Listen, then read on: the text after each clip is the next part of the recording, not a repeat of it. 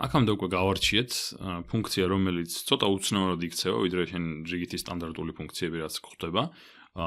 ერთეულოვან საფეხურა ფუნქციაზე მაქვს საუბარი. ნახეთ, რომ თავიდან არის რაღაც 0 და რაღაც მომენტიდან ნახტომს აკეთებს და აგრძელებს მერე რაღაც 1 არის ხოლმე მისი მნიშვნელობა, ცალკე აღებული რომ მქონდეს ეს ფუნქცია, 0 და რაღაც დროის მერე ხდება 1. საკმაოდ უცნაური თვისება არის ამ ფუნქციის. კიდევ უფრო უცნაური რაღაცებიც ხდება, კიდევ უფრო უცნაური ფუნქციებიც გვაქვს და ხტომილებები რეალურ სამყაროში, მაგალითად, შეიძლება აი ასეთი სიტუაცია მქონდეს, აი ესეთი რაღაცა ხდებოდეს, არაფერი ხდება, უცებ ბახ, რაღაც დაჯახება და მერე ისევ არაფერი. ასეთი რაღაცებიც გვხვდება ბუნებაში, ზემოთაზეც ვახსენე ადრე, ხო და წინა ვიდეოებში გავარჩიეთ, რომ სინამდვილეში ეს არც ისე შორს არის ნამდვილი რეალური ფიზიკური მოვლენებისგან და ხშირად ბევრ მათგანს კარგადაც აღწერს. ასეთი გრაფიკიც ძალიან ხშირად შეესაბამება ნამდვილ რეალურ ფიზიკურ მოვლენებს, მაგალითად დაჯახებას, ხო? და ასე შემდეგ. და რა შეიძლება იყოს ფუნქცია, რომელიც კარგად აღწერს აი ამას. მოდი გავეცნოთ ახლა მაგ ფუნქციას. ესე იგი, წარმოვიდგინოთ, რომ მაქვს ფუნქცია, ეს არის ჩემი x ღერძი და მთელი ამ x ღერძის განმავლობაში არის ამ ფუნქციის მნიშვნელობა 0-ის ტოლი, გარდა ერთი განსაკუთრებული წერტილისა, კერძოდ 0-ისა, სადაც მისი მნიშვნელობა არის უსასრულობა. ამიტომ ესე ის რად დავხატავ, იმიტომ რომ უსასრულოდ გრძელი მონაკვეთის გავლება არ გამომივა აქ. და ამას უწოდებთ, აი ამ ფუნქციას, უწოდებთ დელტა x, დირაკის დელტა ფუნქცია ეწოდება ამას სხვანაირად და განმარტებული არის შემდეგნაირად ეს ფუნქცია. ეს ფუნქცია უდრის უსასრულობას, როცა x-ი უდრის 0-ს და უდრის 0-ს, როცა x-ი არ უდრის 0-ს. ანუ, როცა x-ი 0-ია, ამ ფუნქციის მნიშვნელობა უსასრულობა, როგორც ხედავთ, და როცა x-ი არ არის 0, ფუნქციის მნიშვნელობა არის 0. ეს არის ეს. ახლა ეს ცოტა უცნაურად გამოიყურება. კი, ცხადია ფუნქციად განმარტეთ, ხო? მშვენივრად განმარტებულია ფუნქციად, მაგრამ მაინც არ ჩანს კარგად ვინა ეს ფუნქცია რას აკეთებს, როგორი არის მისი თვისებები, ინტეგრალი როგორ შეიძლება აიღო ამ ფუნქციიდან, ასე შემდეგ. და მოდი შემოვიღოთ ერთი განმარტება, რომელიც ამაში დაგვეხმარება, ცოტა უკეთ გაგორკოს ამ ფუნქციაში. და საინტერესო ისაა, რომ ახლა რასაც დავწერ განმარტებაა სინამდვილეში და არა რაღაცის დათვლა, ანუ პირდაპირ ასეა განმარტებული ეს ფუნქცია, რომ ინტეგრალი 0-დან, კი არა და ინტეგრალი მიჩვეული ვარ 0-დან. ინტეგრალი მინუს უსასრულობიდან უსასრულობამდე ამ დირაკის დელტა ფუნქციიდან dx-ი ტოლი არის 1-ის. საკმაოდ უცნაურია, ხო? ანუ რას ნიშნავს? ესე იგი, უსასრულოდ მცირე სიგანე აქვს ამ ფუნქციას 0 წერტილში, უსასრულოდ მაღალი არის და რაღაცნაირად მაინც ამის ინტეგრალი, მიუხედავად იმისა, რომ ყველგან დანარჩენ ადგილას 0-ია და აქ ასეთი უცნაურობა არის, უდრის 1-ს. როგორ შეიძლება ეს ხდებოდეს? ანუ მე ვამბობ, რომ განმარტება მეთქი, მაგრამ რანაირად, რატომ აქვს ამის უფლება, ხო? მოდი ვნახოთ ეგ, გავარჩიოთ. ესე იგი, ცოტა შორიდან მივუახლოვდეთ აი ამ სიტუაციას. მოდი განმარტოთ რაღაცა d tau ფუნქცია, რომელიც იქნება t-ს ფუნქცია და რომელიც გამოიყურება შემდეგნაირად. ამ ფიგურული ფრჩხილების წერამ ხო? აი ესე. გამოიყურება შემდეგნაირად, რომ მისი მნიშვნელობა არის 1 შეფარდებული 2 ტაუსთან, ამას მიხვდებით რატომ ვირჩევ ამ მნიშვნელობას, თუ t მინუს ტაუსსა და ტაუს შორის არის მოთავსებული, ანუ t თუ მეტია მინუს ტაუზე და ნაკლებია ტაუზე, და 0 არის მისი მნიშვნელობა ყველა დანარჩენ ადგილას. ყველა სხვა t-სთვის დავწერ. აი ესე. აი ბატონო, ახლა მოდი ვნახოთ ამის გრაფიკი რა იქნება მაშინ. როგორ გამოიყურება ეს?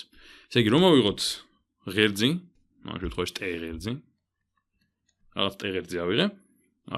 აქ მაქვს თქვათ 0 და მოდი აი აქ იყოს მინუს ტაუ და თანაბრად დაშორებული 0-დან მეორე მხარეს აი აქ იყოს ტაუ. მაშინ ამ ფუნქციის მნიშვნელობა რა იქნება? ეს იყოს მოდი ჩვენი y ღერძი, ან რავი რაც გვინდა ის დავარქვათ f t ღერძი რაღაცა, იგივე y, დამოკიდებული ცვლად ის ღერძია ეს მაინც ასე რომ. და ვიცით რომ როცა მინუს ტაუდან, მოდი ესე ვიტყვი, ყველა დანარჩენ ადგილას, ანუ როცა t არ არის მოთავსებული მინუს ტაუსა და ტაუს შორის, მაშინ ამ ფუნქციის მნიშვნელობა არის უბრალოდ 0, ხო? ანუ აქეთ 0 და აქეთაც 0. მაგრამ მინუს ტაუსა და ტაუს შორის ამისი მნიშვნელობა ხდება 1 გაყოფილი 2 ტაუზე. აი რაღაცა ასეთი. ანუ დავუშვით რომ აი აქ არის ეგ მნიშვნელობა. ეს არის ჩვენი 1 შეფარდებული 2 ტაუსთან. კაი ბატონო, მაშინ რა იქნება ამ ფუნქციის ინტეგრალი? მოდი ვნახოთ ეგ. ესე იგი, უნდა დავწეროთ ინტეგრალი მინუს უსასრულობიდან უსასრულობამდე, ანუ მაინტერესებს მინუს უსასრულობიდან უსასრულობამდე მთელ სივრცეზე რა იქნება მისი ინტეგრალი. ესე იგი, ამ ფუნქციის d ტაუ t-ი dt. მოდი ხა სანამ ინტეგრალის აღებას და რაღაცა კალკულუსს მოვიშველიებთ, უბრალოდ დაუკვირდეთ. ვიცი რომ მინუს ტაუმდე 0-ია ცალსახად ეს ფუნქცია, ვიცი რომ ტაუდან მოყოლებული 0-ია, ვიცი რომ მარტო მინუს ტაუსა და ტაუს შორის აქვს რაღაც არანულოვანი მნიშვნელობა. და ინტეგრალის დათვლა რეალურად ხომ უბრალოდ აი ამ ფართობის დათვლა არის, ხო? აი ამ ფიგურის ფართობის დათვლა. ამიტომ პრაქტიკულად შემიძლია ვთქვა რომ ეს ინტეგრალი იქნება იგივე, რაც ინტეგრალი მინუს ტაუდან ტაუმდე იგივე ფუნქციის d ტაუ t-ი dt. კაი ბატონო, ეხლა რისი ტოლი იქნება ეს? მოდი ორნაირად გავაკეთებ. ერთის მხრივ უბრალოდ ვიტყვი რომ აქ მაქვს მართკუთხედი, სადაც მართკუთხედის სიმაღლე, აი ეს სიმაღლე არის 1 შეფარდებული 2 ტაუსთან, იმიტომ რომ ფუნქციის მნიშვნელობა არის ამისი სიმაღლე, ხო? და ქვედა აი ეს გვერდი, მოდი სხვა ფერით ვიზამ. აი ეს გვერდი სიგრძით არის ტაუ და ტაუ, ანუ 2 ტაუ, ხო? იმიტომ რომ 0-დან მინუს ტაუმდე არის ტაუ მანძილი და 0-დან ტაუმდეც არის ტაუ მანძილი.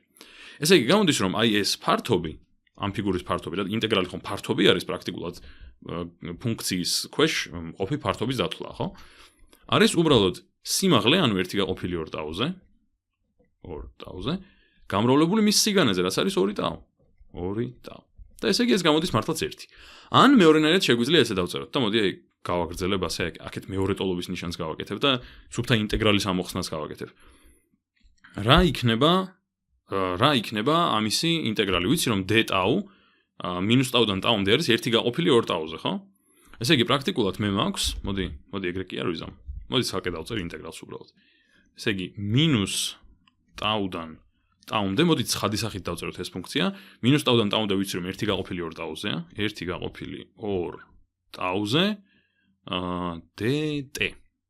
კაი, რისი ტოლი არის ახლა ეს ინტეგრალი? ეს ინტეგრალი არის t შეფარდებული 2 ტაუსთან და უნდა ჩავსვათ საზღვრები მინუს ტაუდან ტაუმდე. და რისი ტოლი არის? ტაუ რომ ჩავსვა, ეს არის ტაუ შეფარდებული 2 ტაუსთან, ამას გამოკლებული მინუს ტაუ რომ ჩავსვა, მინუს ტაუ შეფარდებული 2 ტაუსთან. ანუ ეს რა გამოდის ახლა?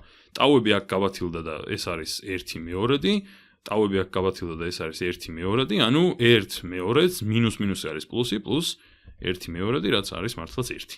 ესე იგი ორივენაირად ინტეგრალური სახითაც რომ დავთვალო და უბრალოდ რომ თქვა რომ მოიცა კაცო ეს ხო მართკუთხედია და ეგრე გამოვთვალო, მივიღებ რომ ფართობი არის 1, ანუ ინტეგრალი არის 1. კაი, ახლა უკვე მე მგონი ხვდებით საითაც მივდივართ. ეს ხომ ჩემი რაღაც რიგითი ტაუა, მე ხომ არ დამისახელებია რომ აუცილებლად კონკრეტული მნიშვნელობა უნდა კონდეს ტაუს. რა მოხდება თუ ავიღე უფრო პატარა ტაუ? ანუ რა მოხდება თუ მაგალითად ჩემი ტაუ არის აი აქ და აი აქ.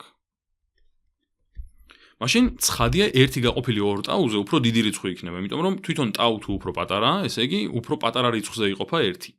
ამიტომ სიმაღლე ამ ფუნქციის იქნება ცოტა მეტი. ხო? ამ ფუნქციის სიმაღლე იქნება რაღაცა ახალი 1 გაყოფილი 2 ტაუზე, რადგან ტაუ უფრო პატარა გახდა, ეს უფრო დიდი გახდა, ხო? მე თუ ავდექი და კიდევ უფრო მივაახლოვე, ანუ ძალიან პატარა ტაუ თუ ავიღე, ესე იგი მინუს ტაუ და ტაუ მექნება აქ და 1 გაყოფილი ტაუზე კიდევ უფრო გაიზრდება, ხო? კიდევ უფრო გაიზრდება. ესე იგი, ეს არის ჩვენი 1 გაყოფილი 2 ტაუზე. ანუ რაც უფრო პატარა ტაუს ვიღებ, მით უფრო მცირდება ამ მართკუთხედის სიგანე და მით უფრო იმატებს ამის სიმაღლე. და ახლა უკვე ხვდებით, საითაც წავა ეს ყველაფერი. მაშინ შეგვიძლია დავწეროთ რომ ზღვარი, როცა ტაუ მიისწრაფის 0-ისკენ, d ტაუ, მოიცადე, სხვანაირი d-ს წერდი და მოდი დავიცვათ. d ტაუ t-ი, dt, უბრალოდ ჯერ dt არ გვინდა. არის პირდაპირ ვიტყვი, არის დირაკის დელტა ფუნქცია, ანუ d, კერდა, უბრალოდ ეს ლამბდა არის, ლამბდა t. ან სხვაგვარად რომ შევხედოთ, ზღვარი, როცა ტაუ მიდის 0-ისკენ, ინტეგრალი მინუს უსასრულობიდან უსასრულობამდე, d ტაუ t dt-ი, აქ მინდოდა dt მეთქვა, იქ რატო თქვა, ვიცი? ცალსახად არის 1, ხო? იმიტომ რომ ნებისმიერი შემთხვევისთვის, ანუ როგორი ტაუც არ უნდა ამეღო, აქ ვაჩვენე რომ მისი ფართობია 1 და 0-ისკენ როცა მიდის ტაუ, არაფერი არ იცვლება და მის ფართობი გამოდის 1. და ეს მე ცალსახად მეუბნება, რომ ინტეგრალი მინუს უსასრულობიდან უსასრულობამდე დირაკის დელტა ფუნქციიდან უნდა იყოს 1, იმიტომ რომ თქვი რომ ზღვარი როცა ტაუ მიდის 0-ისკენ აი ამ ფუნქციის არის დირაკის დელტა ფუნქცია. ნუ უბრალოდ აქ x-ები დავწერე. პრინციპში, მოდი დავიცვათ ისევ როგორც წერდით ის წესრიგი და t-ები დავწეროთ. t ცვლადებში დავრჩეთ, მაინც არაფერი შავდება ამით. dt. ხო. ესე იგი გავიმეორო რა ვთქვი, ის თქვი რომ რადგან დავადგინეთ აი ამ მართკუთხედებით რომ თურმე ტაუ როგორც არ უნდა შევამცირო, მაინც ფართობი ამის 1 დარჩება, მაშინ ზღვარი რომ ავიღო, სადაც ტაუ მიისწრაფის 0-ისკენ, მაშინ ეს dt, უბრალოდ d ტაუ, t-ი გამოდის დირაკის დელტა ფუნქცია. იმიტომ რომ 0-ისკენ მიდის ტაუ და სიმაღლე მიდის მაშინ უსასრულობისკენ, იმიტომ რომ რაც უფრო მცირე ხდება ტაუ, მით უფრო დიდი ხდება სიმაღლე. და მაშინ რომ დავწერო ზღვარში ეს ინტეგრალი, სადაც ტაუ მიდის 0-ისკენ. გამომივა რომ პრაქტიკულად ვიღებ ინტეგრალს დირაკის დელტა ფუნქციიდან, იმიტომ რომ ვიცი რომ ზღვარი რომ მიდის ზღვარში სადაც ტაუ მიდის 0-ისკენ, აი ეს d ტაუ ხდება დირაკის დელტა ფუნქცია და აქედან ინტეგრალი ვიცი რომ 1-ია, ამიტომ აქედანაც ინტეგრალი გამოდის 1. ახლა რადგან ისევ და ისევ ამას შეგახსენებთ, რადგან უსასრულობის დახაზვა მაინც და მაინც მოსახერხებელი არ არის, ამიტომ უბრალოდ აი ესე აღნიშნავენ ხოლმე რომ 0-ში აი ესეთ ისარს ხატავენ, რაც ნიშნავს რომ ეს არის დირაკის დელტა ფუნქცია. ოღონდ ამ ისარს რიგითად კი არ ხატავენ ესე ერთიანის სიმაღლეზე, ანუ ეს არის 1 სიმაღლით, ეს ის არის. ახლა მიხვდებით რატომ მარტივ მაგალითს გავაკეთებ, თქვათ მაქვს ესეთი გამოსახულება. თქვათ მინდა ვნახო რისი ტოლია. აი მოდი ჯერ წანაცვლება ვნახოთ და მერე განვასხვაოთ სიმაღლეები. მოდი ჯერ ვნახოთ, თქვათ რისი ტოლი იქნება დირაკის დელტა ფუნქცია t-3-ის. ეს იყოს ჩემი t ღერძი და აქეთ მექნება რაღაცა ft, ხო? ესე იგი, უნდა წავანაცვლო მე ეს ფუნქცია, ხო? ანუ პრაქტიკულად მე მაქვს ინტეგრალი მინუს უსასრულობიდან უსასრულობამდე დირაკის დელტა t, ან პირდაპირ დელტა t, ოღონდ t-3, იმიტომ რომ 3-ით მინდა წავანაცვლო, ხო?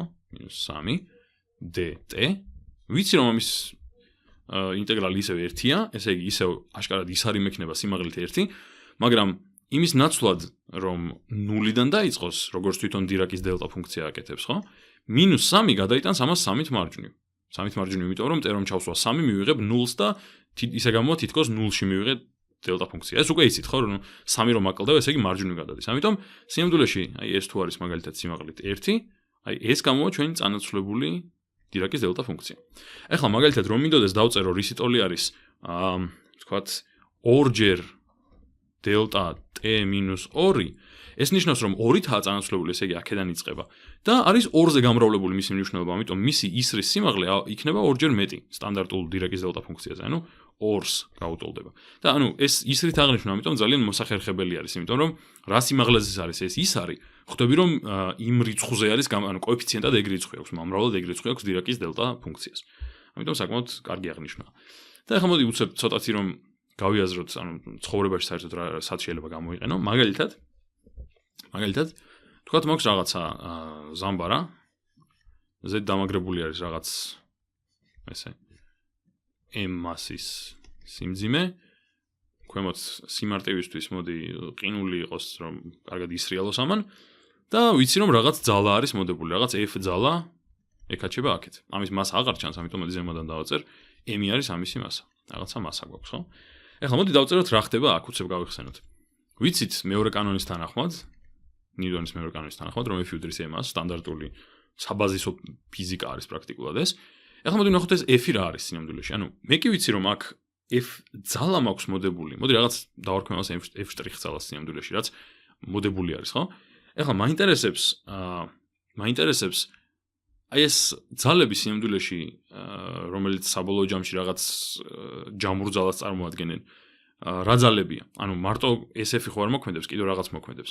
მოდი ვთქვათ დავუშვათ კიდევ რომ აი ეს არის წონასწორობის მდგომარეობა, აი ამ ზამბრის და აშკარად გაჭიმული არის, ანუ არ არის თავის წონასწორობის მდგომარეობაში. მაშინ რა ხდება? სინამდვილეში ვიცი, რომ ამაზე მოქმედებს ჩვენი რაღაცა f' ძალა, მაგრამ საპირისპირო მიმართულებით, ანუ აი აქეთ მიმართულებით მოქმედებს kx ძალა, ხო? k არის სიხისტე და x არის გადაადგილება პირდაპირ ამის. ანუ minus kx-ი მექნება, იმიტომ რომ საპირისპირო მიმართულებით, ესე იგი -kx. და ეს ტოლი არის m ჯერ, ეხლა ვნახოთ, არა არის. როცა მაქვს, მოდი ესე ჩამოვწერ. x-ი რა არის? x-ი არის მდებარეობა, ხო? მდებარეობა, კოორდინატი იგივე. მერე dx dt რომ ავიღო. dx dt რომ ავიღო, რა იქნება ეს? ეს იქნება სიჩქარე. ტოლობა რა უნდა და სიჩქარე. სიჩქარე. და რომ ვიღო კიდე ამის წარმოებული, ანუ d კვადრატ x dt კვადრატი, ეს იქნება აჩქარება, ხო? აჩქარება.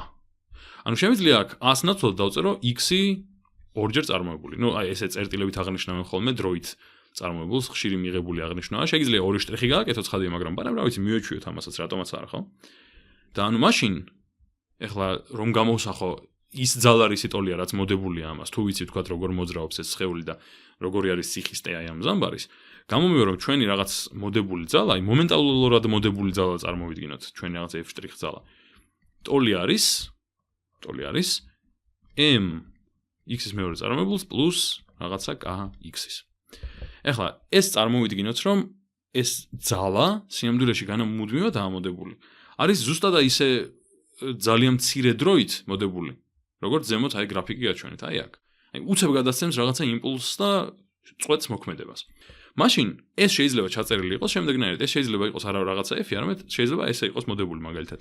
დელტა t-2 ტოლია და მარჯვნივ ეწეროს იგივე მე რაღაც m x-ის მეორე წარმოებული პლუს kx-ი, სადაც მე ეს ჩანაწერი მეუბნება, რომ t როცა არის 2, t როცა, ანუ 2 წამი როცა გადის, მაშინ რაღაც უცაბედი ძალა მოედება ამას და მე წვეთს ეგრევე მოქმედებას და დანარჩენი პროცედურები მიმდინარეობს. თუ ეს დელტა იგივე f-ი არის 0, მაშინ უბრალოდ მაქვს ასე ვთქვათ განტოლება იმის მოძრაობის, ზამბარის მოძრაობის თავისთვის, მაგრამ თუ მაქვს მოდებული ძალა, მაშინ ეს ყველაფერი დანარჩენი უკვე ამ ძალასთან არის რაღაც დამოკიდებულებაში. ანუ ამ ძალამ რა გამოიწვია, პრაქტიკულად მაგას ვხედავთ. და ძალიან ლამაზად აღწერს აი ეს დელტა მართლა იმას, რომ მარტო რაღაც t მომენტში იმოქმედა ძალა, იმიტომ რომ t როცა არის მინუს უსასრულობიდან მოყოლებული 2-მდე, არაფერი ძალა არ მოქმედებს, 2 რომ გახდა იმ მომენტში უცებ იმოქმედა რაღაცა ძალამ და მე ისევ გადააჭარბა t-მ. ანუ უცებ რატო იმოქმედა, იმიტომ რომ t როცა გახდა 2, 2 - 2 0-ია და დელტა 0 მივიღეთ, დირაკის დელტა 0-ში, რაც ვიცით რომ უსასრულობა არის. ამიტომ იმოქმედა აქ რაღაცა ძალამ და მე ისევ t-მ გადააჭარბა 2-ს და ნულოვანი არგუმენტი რადგან არ აქვს ამ დირაკის დელტას. უბრალოდ გაგრძელდა ისევ არ მოქმედება, ასე ვთქვათ, ძალის ამ ძალა აღარ მოქმედებს და მე უბრალოდ დარჩენილი არის რაღაც ეფექტი. ასე რომ ეს ახლა ძალიან წირი მაგალითი იყო სინამდვილეში იმის თუ რა შეიძლება გამოიყენო დირაკის დელტა ფუნქცია სინამდვილეში ისეთ რაღაცებში გამოიყენება და იმდენად თანამედროვე ფიზიკისთვის არის ძალიან მნიშვნელოვანი, რომ ფიზიკის სწავლა რო დაიწყო სტანდარტული სისწრაფით თუ ისწავლე, სადღაც შეიძლება მე-3 ან მე-4 წელს შეგხვდეს უნივერსიტეტში დირაკის დელტა ფუნქცია, მანამდე დიდად არც კი ახსენებენ ხოლმე. ყოველ შემთხვევაში ძალიან საინტერესო რამე არის და მომავალ ვიდეოებში კიდევ უფრო ახლოს გავიცნობთ დირაკის დელტა ფუნქციას.